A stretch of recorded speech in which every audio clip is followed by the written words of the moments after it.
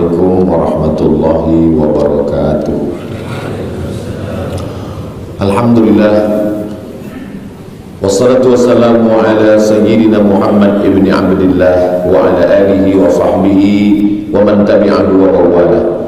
Subhanaka la ilma lana illa ma 'allamtana innaka antal alimul hakim. Rabbi shrah li sadri wa yassir li amri wa hlul 'uqdatam min lisani yafqahu qawli. Muslimin muslimat jamaah fardu subuh yang dimuliakan Allah Subhanahu wa taala, man shallat subha fi jama'atin, siapa yang sembahyang subuh berjamaah, faka'annama shallal laila kullah, dapat pahala seperti salat sepanjang malam. Mudah-mudahan kita diberikan istiqamah melaksanakan subuh berjamaah. Man shallat subha fi jama'atin, siapa yang sembahyang subuh berjamaah, kana fi zimmatillah, dia senantiasa dalam lindungan Allah zahir dan batin. Kalau kita ingin dapat lindungan Allah dari terbit matahari hingga tenggelam, maka di antara ikhtiar kita adalah salat berjamaah. Maka di antara doa kita, Rabbana ja'alna muqimas shalah, jadikan kami orang yang menegakkan salat, wa min dzurriyyatina, sampai kepada anak cucu kami hingga hari kiamat nanti semuanya orang-orang yang melaksanakan salat berjamaah insyaallah. Amin ya rabbal alamin. Kain yang menutup rambut perempuan, bahasa Arabnya khimar. Kain pendek, sebelum dia pakai hijab panjang, dia tutup, dia ikatkan supaya tak terkeluar rambut itu. Kain kecil yang mengikat rambut itu bahasa Arabnya khimar. Sedangkan air anggur, buah anggur yang sudah masak kemudian dihancurkan, selepas itu ditapis, airnya disimpan selama 7 hari. Selepas itu melalui proses namanya fermentasi, lalu kemudian keluarlah satu zat bernama khamar, maka bahasa Arabnya disebut air anggur itu dengan khamar. Kain yang menutup kepala khimar, air yang diminum khamar. Apa kesamaan antara khimar dengan khamar? Kalau menutup kepala khimar, kalau khamar diminum menutup isi kepala, sehingga tiada lagi boleh membezakan mana halal, mana haram, mana baik, mana buruk, mana elok, mana tak elok, mana hitam, mana putih, mana kawan, mana lawan. Maka disebut dia dengan khamar. Maka dalam Quran itu yang ada khamar. A'udzubillahi minasyaitonirrajim. Innamal khamru wal maisiru wal ansabu wal azlamu, sesungguhnya khamar, wal maisir judi, wal ansabu menyembelih haiwan untuk diberikan kepada jin, kepada hantu, kepada pokok kayu, wal azlamu mengundi nasib. Jadi diambil 3 batang anak panah, dimasukkan ke dalam tabung, lalu bila mereka ingin pergi berniaga, berdagang, dia goncang. Bila terambil anak panah yang tertulis jangan pergi, dia tak pergi. Bila terambil anak panah yang tak ada tulisan apa-apa, dia goncang sekali lagi. Maka dalam Islam diharamkan nasib kita ini dibuat kepada goncangan anak panah. Maka orang Islam bila dia nak pergi, dia pergi saja, dia serahkan pada Allah. Bismillah tawakkaltu 'ala Allah, la haula wala quwata illa billah. Ada seorang disuruh memilih antara 3. Yang pertama membunuh, yang kedua berzina, yang ketiga meminum khamar. Pilih antara 3. Setelah dia pikir-pikir, membunuh ni dosa besar, menghilangkan nyawa orang. Berzina ni, mohon maaf, juga dosa besar kerana merosakkan kehormatan orang. Maka yang paling ringan di antara tiga ini adalah minum khamar. Maka dia minum khamar. Selepas dia minum khamar, dia pun mabuk, ingatannya hilang, pikiran hilang, lalu dia pun berzina. Selepas dia berzina, dia pun takut orang lain tahu, akhirnya dia membunuh. Maka dengan khamar ke semua pintu dosa masuk. Maka awal masuk pintu dosa adalah daripada khamar, sebab dia merosakkan akal fikiran. Maka Islam ini datang, dia menjaga 5. Yang pertama, hifzun nafs, menjaga nyawa. Yang kedua, hifzul arad, menjaga kehormatan. Yang ketiga, hizbul mal, menjaga harta. Yang keempat, hifzud din, menjaga agama. Yang kelima adalah menjaga harta, menjaga agama, menjaga nyawa, menjaga kehormatan, menjaga kemuliaan. Semua yang dijaga ini dirosakkan oleh khamar. Yang ada di dalam Al-Quran anak khamar saja, sedangkan daun ganja tak ada dalam Al-Quran, narkotika tak ada dalam Al-Quran, sabu-sabu tak ada dalam Al-Quran, buah kecubung tak ada dalam Quran, air nira yang dibagi dengan ragi disimpan selama beberapa hari berubah menjadi tua tak ada dalam Quran. Yang ada hanya khamar saja. Lalu kenapa yang lain-lain ini ikut menjadi haram? Dasar pengambilan hukum dalam Islam ada 4. Yang pertama, Quran. Tak ada dalam Quran, hadis. Tak ada dalam hadis, ijma', kesepakatan ulama. Tak ada dalam ijma', qiyas. Qiyas itu artinya menetapkan sesuatu yang belum ada hukumnya kepada sesuatu yang sudah ada hukumnya dengan melihat kesamaan. Nanti kalau suatu zaman ada suatu alat, suatu makanan, suatu ubat yang boleh menghilangkan akal fikiran, dia sama macam khamar, maka hukum dia disamakan dengan khamar. Itu namanya qiyas. Jadi semua narkotik, sabu-sabu, semua yang menghilangkan akal fikiran, tuakah dia, buah kecubungkah dia, maka hukumnya disamakan dengan khamar. Begitulah Allah Subhanahu wa taala ingin menyelamatkan manusia, maka diturunkanlah Nabi Muhammad sallallahu alaihi wasallam membawa Al-Qur'an. Maka Al-Quran pun datang, tapi mengharamkannya tidak sekali haram. Kenapa pengharaman khamar ini tidak sekali haram? Kerana orang Arab pagi dia minum, siang dia minum, petang dia minum, malam dia minum. Maka ayat yang pertama kali turun adalah la taqrabus salata wa antum sukara. Jangan kamu sembahyang kalau kamu sedang mabuk. Maka siapa yang wajib sembahyang? Muslim, aqil, baligh. Yang pertama yang wajib sembahyang Muslim, yang kedua aqil, ada akal, yang ketiga baligh, umurnya sampai. Umurnya sampai, akalnya tak sampai, tak wajib sembahyang. Tidak Muslim, tak wajib sembahyang. Muslim, aqil, baligh. Lalu kemudian kalau sedang tak ada akal, tak wajib sembahyang. Maka ayat yang pertama kali turun adalah la taqrabus shalah, jangan sembahyang, wa antum sukara, ketika kamu sedang mabuk. Awal-awal Islam tak ada ayat mengharamkan khamar, belum lagi. Hanya setakat kalau sedang mabuk, mabuk saja dulu, jangan sembahyang. Sebab kalau dia sedang mabuk sembahyang, nanti bacaannya rosak. La taqrabus shalah, jangan kamu sembahyang, wa antum sukara, kalau kamu sedang mabuk, hatta ta'lamu ma taqulun, sampai kamu sadar apa yang kamu cakapkan. Ada orang mabuk, dia baca ayat wala ana abidun ma'abadtum wala antum abiduna ma'abud, wala ana abidun ma'abadtum wala antum abiduna ma'abud. Tak dapat dia simpang lakum dinukum waliyadin. Maka turun ayat hatta ta'lamu ma taqulun, jangan sembahyang kalau sedang mabuk. Kalau begitu mabuk boleh, silakan mabuk dulu. Tapi bila mabuk dah habis, barulah sembahyang.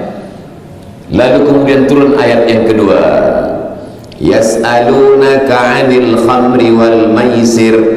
Kalau mereka bertanya kepada engkau tentang khamar dan judi, belum ada kata haram. Qul fihima ismun kabir. Dalam khamar dan judi itu dosanya besar. Wa manafi'u linnas. Tapi ada manfaatnya. Judi ada manfaatnya, khamar pun ada manfaatnya. Musim sejuk menghangatkan badan, menguatkan badan, dapat duit, berniaga. Belum ada kata haram. Yas'alunaka 'anil khamri wal maisir. Mereka bertanya kepada engkau tentang khamar dan judi. Qul, katakan, fihima ismun kabir, dosanya besar, wa manafi'u linnas, tapi manfaatnya ada pada manusia. Wa ismuhuma akbar, tapi dosanya lebih besar. Kalau kamu jauhi, baik. Ketika yang ketiga barulah turun ayat haram. Innamal khamru khamar, wal maisir judi, wal ansab menyembelih binatang untuk berhala, wal azlam mengundi nasib, rijsun najis, min amali syaitan, perbuatan syaitan, fajtanibu, jauhilah. Begitulah Islam ini, dia datang tidak terus melarang orang sehingga orang terkejut dan menolak Islam. Dia datang pelan-pelan. Ya Rasulullah, boleh kami mabuk? Silakan mabuk, tapi nanti kalau mabuknya dah hilang, sembahyang. Jangan mabuk sedang sembahyang, nanti sembahyang bacaannya salah. Boleh kami main judi dengan khamar? Silakan boleh, tapi dosanya besar. Nanti manfaatnya hilang, dosanya lebih besar. Setelah iman kuat, barulah turun ayat yang amat sangat kuat, sangat tegas. Rijsun najis, min amali syaitan, perbuatan syaitan, fajtanibu, jauhilah. Barulah turun hukuman. Hukumannya, siapa yang minum khamar dicambuk, dihukum sebat sebanyak 40 kali. Pada masa Umar bin Khattab ditambah hukumannya menjadi 80 kali. Pada zaman Nabi 40 kali. Pakai alat cemeti cambuk yang dipakai untuk memukul kuda. Kalau tidak ada, pelepah kurma. Kalau tempat kita tak ada pelepah kurma, pelepah kelapa, pelepah sawit pun boleh juga pakai. Rupa-rupanya ini dipakai oleh seorang doktor di Rusia, Moskow. Dia bukan orang Islam, dia tak Islam. Setelah dia guna macam-macam ubat, orang yang minum khamar tak boleh berhenti. Entah macam mana dia dapat satu pemikiran, gunakan cambuk cemeti yang dipakai untuk memukul kuda, dipukulkan pada orang yang kena penyakit tak boleh berhenti daripada gunakan khamar, dipukulkan beberapa kali, hilang. Nah, jadi kalau ada orang yang tak nak berhenti, cubalah pukulkan 40 kali. Kalau tak juga berhenti, 80 kali. Insya Allah kalau penyakitnya berhenti. Kalau tidak berhenti, nyawanya berhenti sekali. Jadi memang Islam ni datang daripada Allah Ta'ala. Tapi kalau ada manusia yang berfikir, dia akan menemukan sendiri. Inilah contohnya orang Russian. Dia hanya berfikir, cuba ubat ini tak berhenti, cuba ini tak berhenti. Tapi ada satu terapi yang dia gunakan adalah dengan pukulan, rupa-rupanya boleh berhenti. Akal ini datang dari mana? Akal ini datang daripada Allah Subhanahu wa ta'ala. Wahyu Al-Quran datang dari mana? Datang daripada Allah.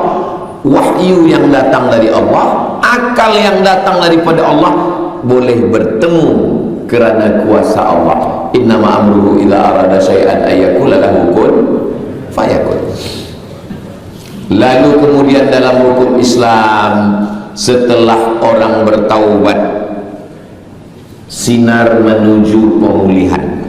Setelah dia sadar bahwa ini haram, ada hukumannya dalam Islam, lalu kemudian bertaubat. Syaratnya 3. Yang pertama, ma min muslimin yuznibu dzamban, silap, khilaf, salah, berdosa, summa yatatahhar, kemudian dia mandi taubat, mandi masuk Islam, mandi selepas melahirkan anak, mandi wiladah, maaf cakap mandi junub, mandi hari Jumat, mandi sunat. Jadi Islam ini banyak mengajarkan mandi menyambut bulan suci Ramadan, itu sebenarnya mandi taubat. Kalau tak boleh mandi, wudhu. Sebab ada orang yang tak boleh mandi, sakit tulang, tak boleh mandi. Wudhu tak boleh, tayamum. Kalau tayamum tak boleh, tangan dia tak boleh bergerak, ditayamumkan. Kita ambilkan tanah, kita tayamumkan dia. Kalau ditayamumkan pun tak boleh, disembahyangkan, berarti dia dah mati. Maka kalau kita pergi ke hospital, ada orang sakit, jangan bawakan apple, jangan bawakan limau, bawakan debu tanah, bawakan debu, ajarkan dia tayamum, pukulkan sekali, tepukkan ke tangan, hembuskan, sapu ke muka sekali, tepukkan ke debu, tepukkan ke tangan, hembuskan. Kalau dia ada pakai cincin, lepaskan. Kalau dia ada pakai jam tangan, lepaskan supaya debunya sampai ke siku. Debunya 3, 1, 2, 3. Yang pertama ke bawah, kena semua sampai ke siku. Yang ke bagian dalam ni pula ke dalam, yang bagian ibu jari ni ke sini juga. 1, 2, 3, 1, 2, 3. Sebab orang di hospital mungkin air jauh, mungkin dia tak boleh sembahyang, mungkin dia tak boleh kena air, mungkin dia ada macam-macam ubat semua. Kalau tak boleh sampai ke siku, pakai mazhab Syafi'i, sampai pakai mazhab Maliki. Yang sampai ke siku ni Syafi'i. Kalau Maliki sampai ke alal wasri, gelang tangan saja. 1, 2, cukup. Muka sekali, tangan sekali, dah cukup. Tidak pakai kumur-kumur, jangan pula masuk kubur. Lepas tu mana arah kiblat, sembahyang. Tak boleh tegak, duduk. Usolli fardhu zuhri 4 raka'atin makmuman. Kalau tak makmuman, tak imam, lillahi ta'ala, Allahu Akbar. Tak boleh duduk, maka dia berbaring menghadap ke kiblat, kepala dia ke utara, kaki dia ke selatan, menghadap ke arah kiblat, miring. Tak boleh miring, dia terlentang. Kalau dia terlentang pakai isyarat mata, Allahu Akbar, sami Allahu liman hamidah, Allahu Akbar. Tak juga boleh. Kita sembahyangkan sekali lagi, nanti memang sudah mati. La kafarata laha illa dzalik. Tidak ada yang boleh menggantikan sembahyang. Sembahyang tak bisa digantikan dengan istighfar. Sembahyang tak boleh digantikan dengan haji dan umrah. Sembahyang tak boleh digantikan dengan sedekah. La kafarata illa dzalik. Sembahyang hanya boleh ditebus dengan sembahyang. As-salatu imaduddin. Sembahyang adalah tiang daripada agama Islam. Yang pertama, mandi taubat. Mamin muslimin yuznibu dzamban, silap, salah, berhenti, mandi taubat. Selepas itu sembahyang solat sunat taubat. Selepas itu istighfar. Astaghfirullahaladzim alladzi la ilaha illa huwal hayyul qayyum wa atubu ilaih. Jangan hitung kira dengan tangan, sebab tangan ni paling banyak 20. 1, 2, 3, 4, 5, 6, 7, 8, 9, 10, 11, 12, 13, 14, 15, 16, 17, 18, 19, 20, 40. Lepas tu kita pun lupa. Maka gunakan tasbih. Tengok, sebanyak-banyak tasbih. Sekarang orang banyak beli tasbih, pergi umrah, beli tasbih kayu, tasbih batu, tasbih plastik, tasbih digital, tasbih. Balik ke kampung, yang bertasbih kereta, gantung ke kereta. Kereta masuk surga, yang punya kereta masuk neraka.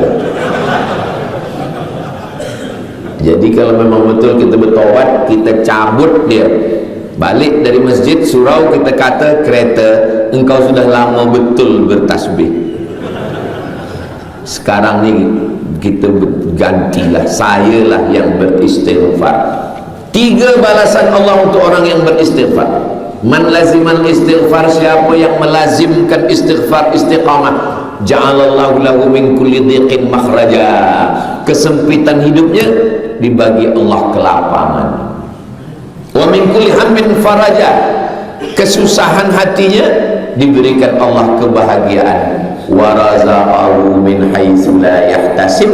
Diberi Allah rezeki dari jalan yang tak disangka-sangka. Makanya ada orang amalannya tak ada amalan lain, di amalan hanya istighfar saja. Saya pernah berjumpa dengan orang amalannya istighfar saja. Astagfirullah, astagfirullah. Apa kabar Tuhan? Astagfirullah. Sehat? Astagfirullah. Lama-lama kita pun apalah nak cakapkan lagi, takut istighfar terus. Datanglah orang menjumpai ulama besar, Al-Imam Al-Hasan Al-Basri namanya. Yang berjumpa dengan Nabi namanya sahabat. Yang berjumpa dengan sahabat namanya tabi'in. Yang berjumpa dengan tabi'in namanya tabi'in. Hasan Basri ini tabi'in sebab dia berjumpa dengan sahabat. Wahai Imam Hasan Al-Basri, ya, bagaimana supaya Allah mengampunkan dosa saya? Istighfar. Bagaimana supaya Allah bagi saya rezeki? Istighfar.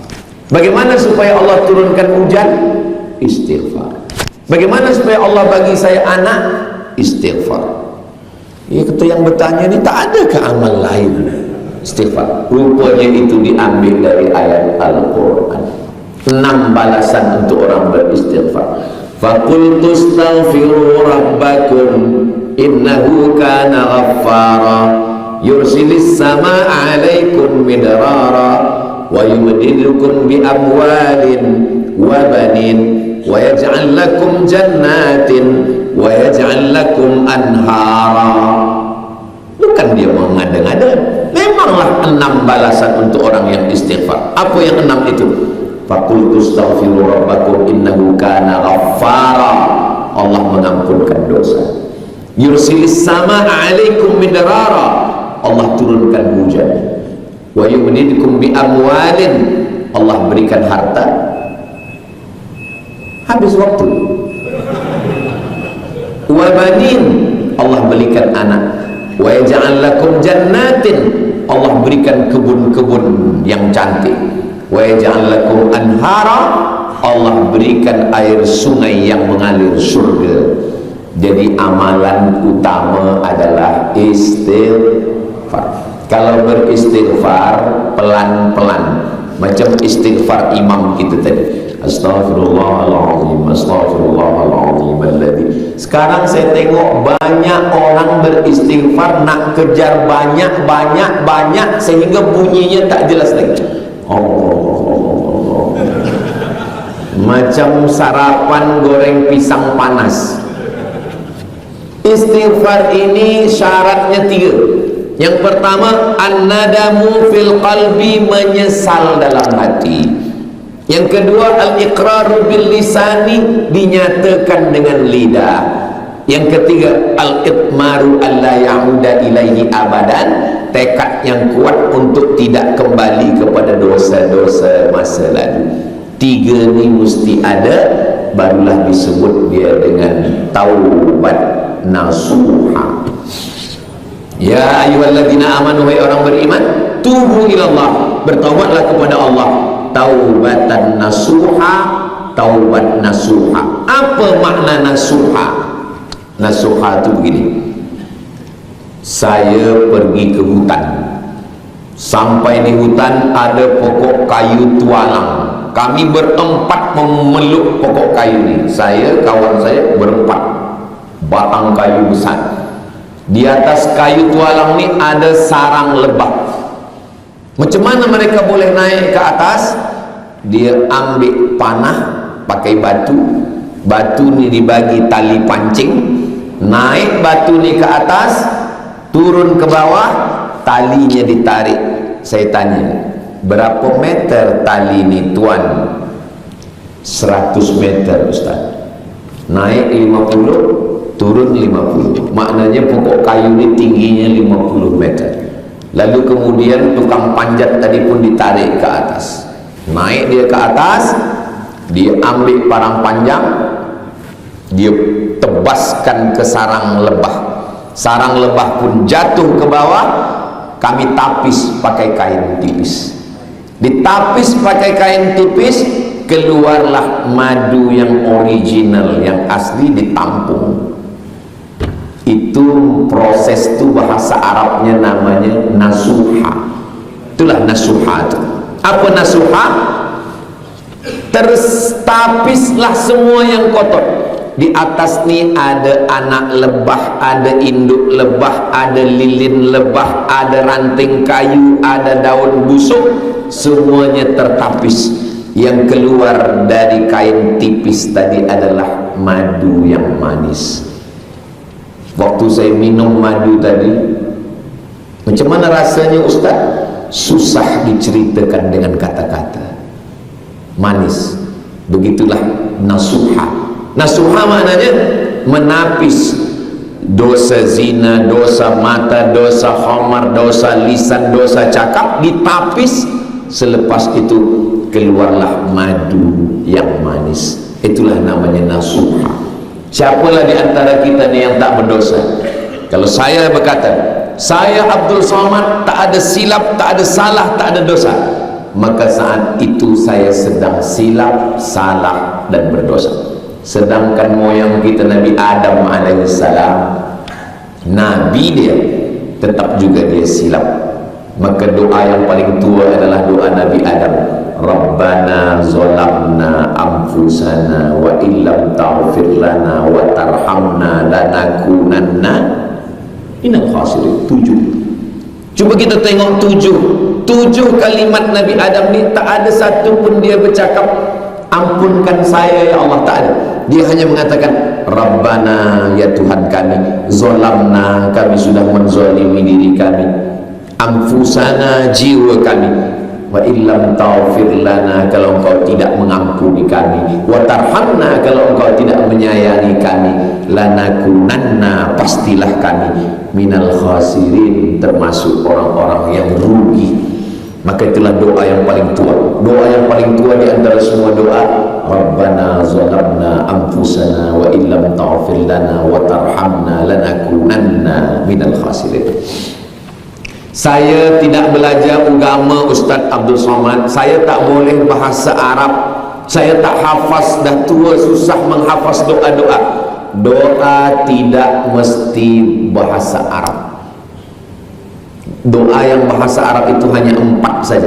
A'udzubillahi minasyaitonirrajim. Bismillahirrahmanirrahim. Alhamdulillahirabbil alamin. Allahumma shalli ala sayyidina Muhammad wa ala ali Muhammad. 4 itu saja yang bahasa Arab. A'udzubillah, bismillah, alhamdulillah, selawat. Setelah itu berdoalah apa doa? Hentikan saya dari khamar, hentikan saya. Kalau berdoa suara kita kuat atau pelan? Udu'u rabbakum, memintalah kepada Allah, tadarruan, dengan rendahkan diri, wa khufyah, suaranya halus. Jadi kalau ada orang berdoa dia kuat, boleh, tak salah. Tapi kalau mengaku dosa salah, tengok dulu sekeliling kita. Kita khawatir, ya Allah, saya baru saja guna dadah, lupa ada polis di samping, dia tangkap terus. Maka kita doa kepada Allah SWT. Saya kalau doa, saya sedang macam malam tadi jaga mandi, selepas mandi saya sembahyang sunat wudu, usolli sunnatal wudu, selepas salat sunat wudu, salat sunat taubat, usolli sunnatat taubat, selepas salat sunat taubat, usolli sunnatat tahajud, selepas tahajud, usolli sunnatal hajat, hajat-hajat supaya semua dakwah hari ini semuanya dimudahkan Allah Ta'ala. Esok last sekali hari Sabtu saya akan balik ke Riau, sihat wal afiat, yang ada jamaah negeri tempat dakwah dan negeri yang akan tempat kembali keluarga ahli sihat. Minta kepada Allah Subhanahu Wa Ta'ala, minta berdoa. Bolehkah berdoa kita sebutkan nama? Boleh, kerana Nabi ada berdoa menyebut nama. Allahumma a'izzal islama bi umarain. Ya Allah, kuatkan Islam ini dengan 2 Umar. Sebab masa itu ada 2 Umar. Yang satu Umar bin Khattab, yang satu Umar bin Hisham. Dialah orang yang kuat masa itu. Kata Nabi, kuatkan Islam ini dengan 2 Umar. Masuk Islam Umar bin Khattab. Umar bin Hisham tak masuk Islam. Siapa dia? Itulah dia Abu Jahal. Abu Jahal itu nama dia Umar bin Hisham. Jadi boleh kita sebut nama. Jadi kalau ada dulu mungkin silap, salah, berdosa, selepas itu taubat nasuha, dia ingin menikah, dia sebutkan nama perempuan yang ingin dia nikahi, boleh sebut nama. Boleh sebutkan. 3 ustaz. 3-3 sebutkan. Mana tahu satu? Diberikan Allah SWT. Sebab Nabi sebut 2. Allahumma a'izzal islama bi umarain. Umar bin Khattab dan Umar bin Hisham. Minta kepada Allah. Cuma kadang manusia ni banyak berdoa, dia memaksa Allah. Berdoa ni meminta, bukan memaksa. Ni banyak manusia ni maksa. Ya Allah, kalau dia bukan jodoh saya, jadikan dia jodoh saya. Kalau dia dah ada jodoh, matikan jodohnya. Ini bukan orang berdoa. Kita ni berdoa ni meminta kepada Allah SWT, merayu Allah Ta'ala. Makanya sebelum berdoa tu pakai Asmaul Husna dulu. Ya Rahman, Ya Rahim, Ya Malik, Ya Qudus, Ya Salam, Ya Mu'min, Ya Muhaimin, Ya Aziz, Ya Jabbar. Walillahil Asmaul Husna. Allah punya nama yang baik-baik. Fad'uhu biha. Mintalah kepada Allah Subhanahu wa Ta'ala. Bolehkah kita berdoa detail sampai kecil-kecil? Sila. Kadang hati kita lapang. Ya Allah, saya akan pergi ke Brunei Darussalam. Nanti saya akan ada program di Hotel Rizqun. Nanti saya ada program di Masjid. Tak ada pula nama masjid. Ar-Rahim, Kampung Bukit Panggal, Putong. Nanti saya akan ada tazkirah bersama jamaah. Nanti saya sihatkan semua jamaah, bukakan pintu hati jamaah. Yang akan saya sampaikan ini ayat Allah. Kadang manusia sekarang ni banyak berdoa, dia dah malas berdoa, tak sebutkan lagi. Ya Allah, tak perlu rasanya aku sebutkan apa yang aku minta, karena Engkau sudah tahu apa yang aku mahu. Memanglah Allah Maha tahu. Kita berdoa ni bukan kita nak bagi tahu Allah. Allah tahu. Kita nak kuatkan diri kita, bukan Allah. Allah Maha tahu. Wa na'lamu ma tuwaswisu bihi nafsuh. Apa yang berbisik-bisik dalam hati pun Allah Maha tahu. Kita nak kuatkan diri kita. Jadikan anak saya anak yang soleh, namanya si fulan. Saya tawaf 7 kali putaran. 7 kali. Putaran yang pertama untuk ayah, untuk emak, untuk atuk, untuk nenek, untuk moyang, untuk guru-guru. Putaran yang kedua untuk isteri. Sehatkan dia, kuatkan dia, jadikan dia istiqamah untuk isteri. Putaran yang ketiga untuk anak. Anak pertama, anak kedua, anak ketiga. Anak saya 12 Ustaz. Semua anak-anak. Rabbi habli minas salihin, Rabbi habli min ladunka dzurriyyatan thayyibah, Rabbana hab lana. Untuk adik-adik, untuk keluarga, untuk jamaah, semua jamaah didoakan supaya istiqamah. Ini minta kepada Allah. Ad-doa silahul mu'min. Tapi tak cukup hanya setakat sembahyang, istighfar, doa. Perlu kawan-kawan sahabat yang baik-baik. Alaikum bil jamaah, hendaklah kamu berjamaah, jangan bersendirian. Man syadda syadda finnar.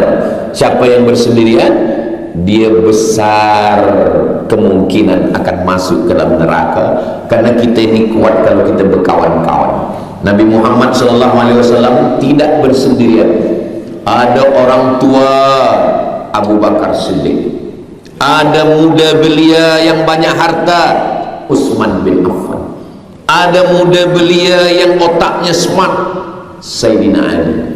Ada muda belia yang tenaganya kuat, Umar bin Khattab. Ada muda belia panglima perang, Muaz bin Jabal, Khalid bin Walid, Abdullah bin Amr bin As. Ada orang yang banyak harta, Abdurrahman bin Auf, Sa'ad bin Rabi'. Ada perempuan yang memberikan hartanya, nyawanya, Khadijah. Ada perempuan yang muda, cerdas, pikirannya banyak, hafalannya, Aisyah. Ada perempuan berdosa jauh lebih mulia daripada orang merasa penghuni surga. Maka saya selalu merasa berdosa. Di antara kita semua ni, siapa yang paling banyak dosanya? Man kathura kalamuhu kathura sabtu. Siapa yang paling banyak cakapnya, dia lah yang paling banyak dosanya. Dan saya lah yang paling banyak bercakap.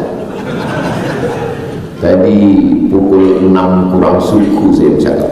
Sekarang sudah pukul 6:30. Dan tadi sudah ada suara itu menunjukkan waktu dah habis. Maka saya cuma ingin sampaikan bahawa tidak ada manusia yang tidak pernah berdosa. Selepas itu kita pun membersihkan diri.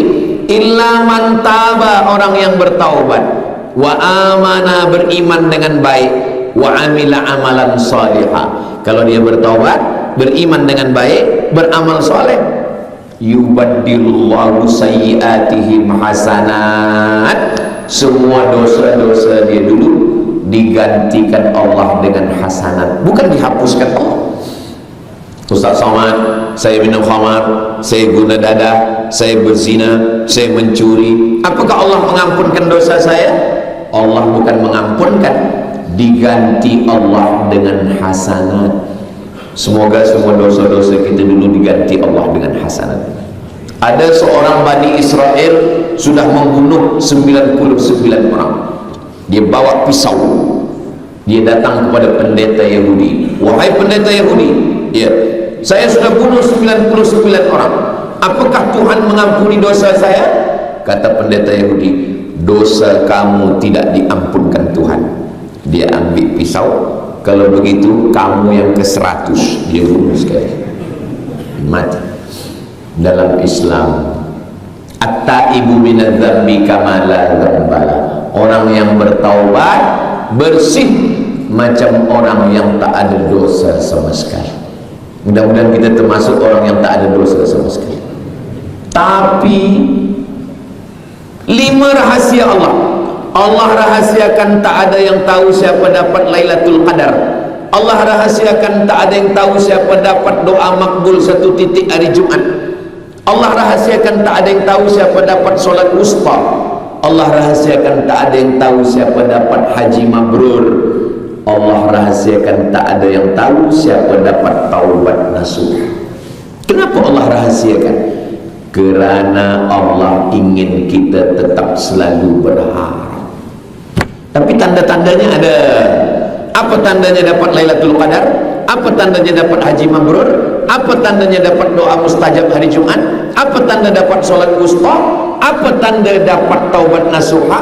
Tandanya ada perubahan, ada berubah. Alhamdulillah Ustaz Somad, dulu laki suami saya tak sembahyang. Selepas mendengar tazkirah Ustaz, memang dia dah berubah sekarang, dia sembahyang. Sembahyang apa puan? Sembahyang Jumat. Belum berubah. Subuh, zuhur, asar, maghrib, isya. Dulu suami saya ini orang yang mau ngamuk, pemberang, marah. Sekarang alhamdulillah dia dah diam. Dia taubat, dia stroke. Mudah-mudahan yang sakit-sakit disihatkan Allah Ta'ala. Amin.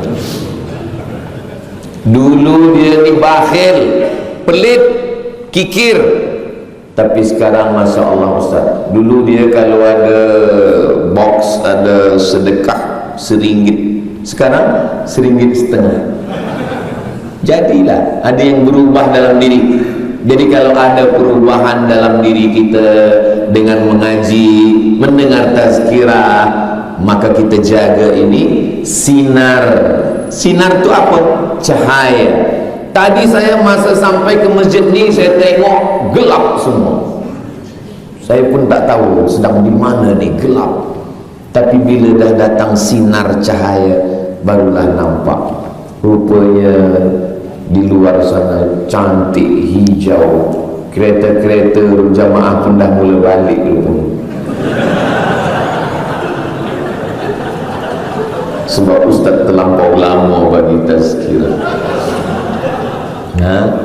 Dengan ada cahaya itu maka kita minta cahaya. Kita minta cahaya dalam sembahyang tahajud. Berapa cahaya?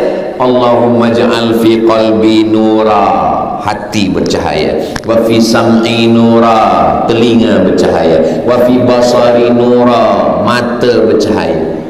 Mata bercahaya Ultraman kan? Makna mata bercahaya boleh menengok mana hak, mana batil, mana betul, mana salah, mana bengkok, mana lurus, mana putih, mana hitam. Allahumma ja'al fi qalbi nura, fi sam'i nura, fi basari nura, wa an yamini nura, wa an yasari nura, min amami nura, khalfi nura, wa fawqi nura, wa tahti nura. Berikan kami cahaya.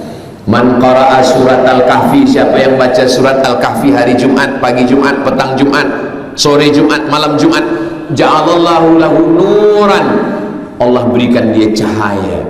Ma bainal jumu'ataini, sampai Jumat yang akan datang. Berzikir dia, afdalu dzikri fa'lam annahu la ilaha illallah. Allah berikan dia cahaya. Cahaya. Rumah yang sembahyang tahajud bercahaya. Malaikat memandang dari atas, menengok, oh ada cahaya, rupanya ada yang tahajud. Esok malam malaikat menengok lagi, ada cahaya, rupanya dia tahajud. Esok malam cahaya makin terang, rupanya istri dia, anak dia ikut. Tiba-tiba gelap, tak ada. Kenapa tak ada? Rupanya mereka terlambat tidur, hingga subuh tak ada cahaya. Kenapa tak ada cahaya lagi? Rupanya dah mati, meninggal dunia. Tapi esok malam nampak ada cahaya kecil. Rupanya anaknya ingat ayah saya dulu bila tahajud di sini, dia bentang sajadah, lalu kemudian dia pun tahajud pula di tempat itu. Cahaya itu bersambung lagi. Begitulah malaikat mengenali rumah-rumah orang beriman. Macam mana malaikat tahu ini umat Nabi Muhammad, ini bukan umat Nabi Muhammad? Bercahaya. Apanya bercahaya? Ghurril muajjalin, bekas wudu. Muka bercahaya, tangan bercahaya, kepala bercahaya, telinga bercahaya, kaki bercahaya. Itu hanya umat Nabi Muhammad sallallahu alaihi wasallam. Maka kalau kamu ingin cahaya kamu lebih lama, maka lama-lamalah wudu. Kalau wudu batal, tajdidul wudu, berwudu lagi. Begitu cahaya sinar menuju pemulihan. Kalau sudah pulih, kalau sudah sehat, jaga. Sampai bila kita jaga? Sampai akhirnya malaikat maut datang mencabut nyawa dan kita semua mati. Kalimah yang terakhir keluar dari lisan adalah la ilaha illallah. Siapa yang membisikkan ke telinga? Anak. Anak tak ada, istri. Kalau puan punya suami payah bangkit sembahyang subuh, jangan dihamuk, jangan dimarah, jangan dipukul. Macam mana cara? Cakapkanlah dengan lembut ke telinga dia, la ilaha illallah. Insya Allah dia akan jaga. Kalau belum pernah cuba, cuba esok malam. Bisikan yang paling kita ingin dengar nanti. Kalau suami baik, suami ridha, suami taat, insya Allah istri pun membisikkan dengan lembut la ilaha illallah dengan uraian lelehan air mata. Tapi kalau suami jahat, minum khamar, memukul, sampai masanya kita akan tua, sampai masanya kita akan sakit, sampai masanya kita sekarat. Istri tak membisikkan la ilaha illallah, dia tanya, mana surat tanah? Tapi istri yang macam ni tak ada di Brunei Darussalam. Ini ada di kampung saya. Agak-agaknya itulah yang boleh saya sampaikan subuh ini. Sinaran menuju pemulihan. Kalau sudah dapat sinar cahaya dari Allah, jaga supaya dia tetap hidup dengan ibadah, dengan zikir, dengan sembahyang, dengan sedekah, dengan berkawan-kawan, dengan istiqamah, sampai akhirnya kita mati dalam husnul khatimah, dan nanti kita akan berjumpa lagi di surga bersama Rasulullah sallallahu alaihi wasallam. Ada hadhihi niat, untuk niat yang